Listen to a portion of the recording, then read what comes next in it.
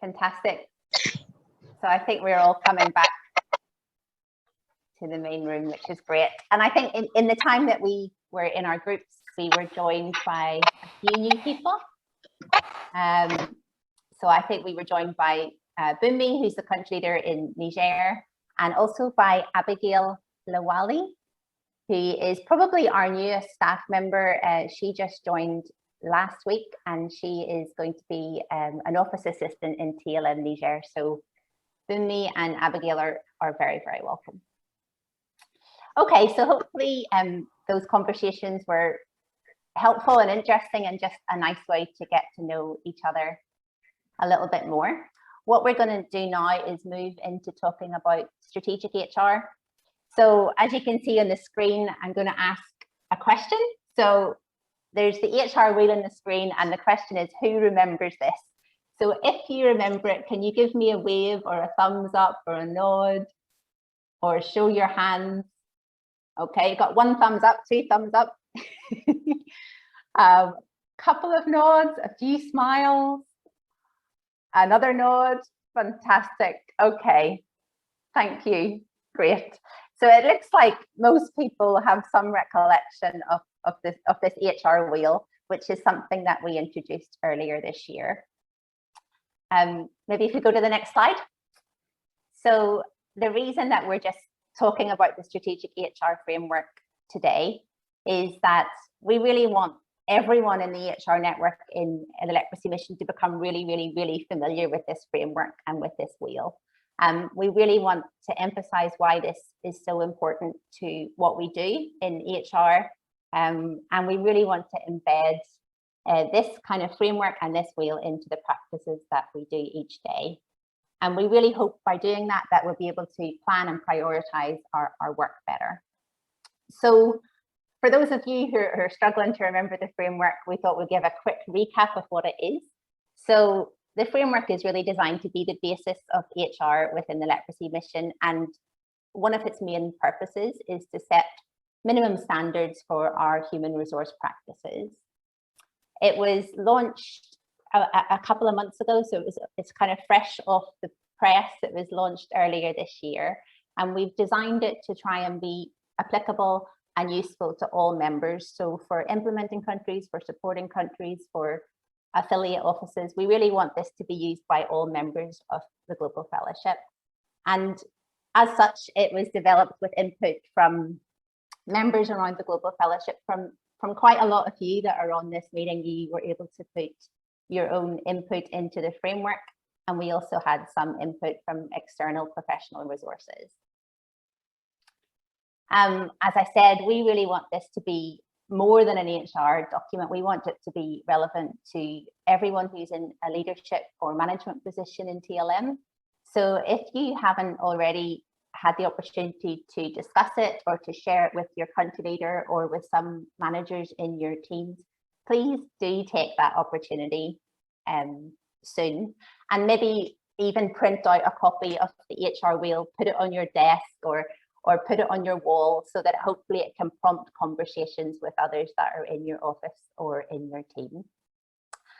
So as well as setting out the standards, sorry, can we just go back? Yeah, as well as setting out the standards, it also sets out TLM's commitments to the management, care and development of our people. So it is hugely important for us that work in HR. And just a reminder that the framework is very much linked with the HR Hub. So every element of the framework has its own folder on the HR Hub on Glasscubes.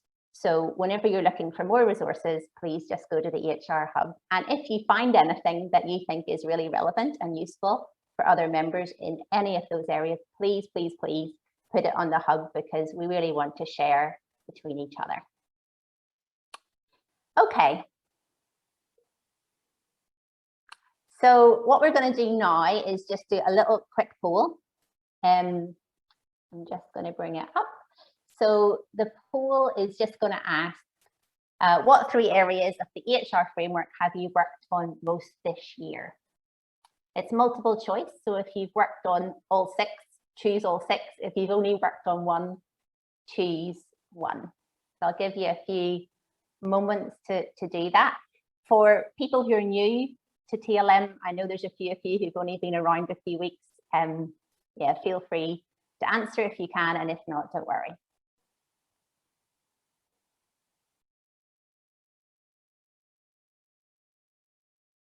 Okay, so about half of you have voted so far. Thank you. Okay, fantastic. Really interesting to see the results, really interesting. Okay, I'll just end it there and share the results. So hopefully you can see the results on your screen. Yeah. And so you can see that lots of people, 80% of people in the last year have been working on the area of safety and care. So that includes things like safeguarding, health and safety, well-being, safety and security. And that's probably not a surprise. Also thinking a lot of you are DSLs, so very much a big interest in safeguarding in this group. Also quite a lot have been working in the management area, which if I look at the screen, it's HR services, reward and recognition, performance management, and policy and procedures. So again, a lot of people doing work in that area, and no people that voted have been doing work on transition. And I probably identify with that. I haven't myself either been doing any work on transition recently. So that means Arminda is going to share about transition with us later this morning, and we really look forward to learning from Arminda in that area. Okay, so if we move to the next screen. So what we're going to do now is we're going to hear from around the Global Fellowship from 6 different members. They're going to share why each element of the HR wheel of the strategic HR framework is important, how it applies to HR standards in their country. And then we're just really interested as well to know what individuals are passionate about within that area. And we're going to do this. So we're going to hear from 6 people. We're going to hear from 2 people at a time. And after we've heard from each 2 people, we're going to have a discussion on those 2 topics. So first of all, we'll hear from Linda Todd, who is country leader for TLM Scotland. She will share about Envision. Then we'll hear from Geeta Gawali, who's our HR manager in Nepal. Then from Shuma Riverio, who's the HR manager in Bangladesh. From Talia, our HR manager in Timor. From Doris, the HR manager in Congo. And lastly, from Arminda, who's the HR manager in England and Wales. So do listen carefully to what they have to say, and just be thinking about, how does this apply in your context? And maybe also think if you've got any questions that you'd like to raise about any of these areas. Okay, so we'll move ahead. First, we'd like to hear from Linda. So Linda, would you like to share your screen?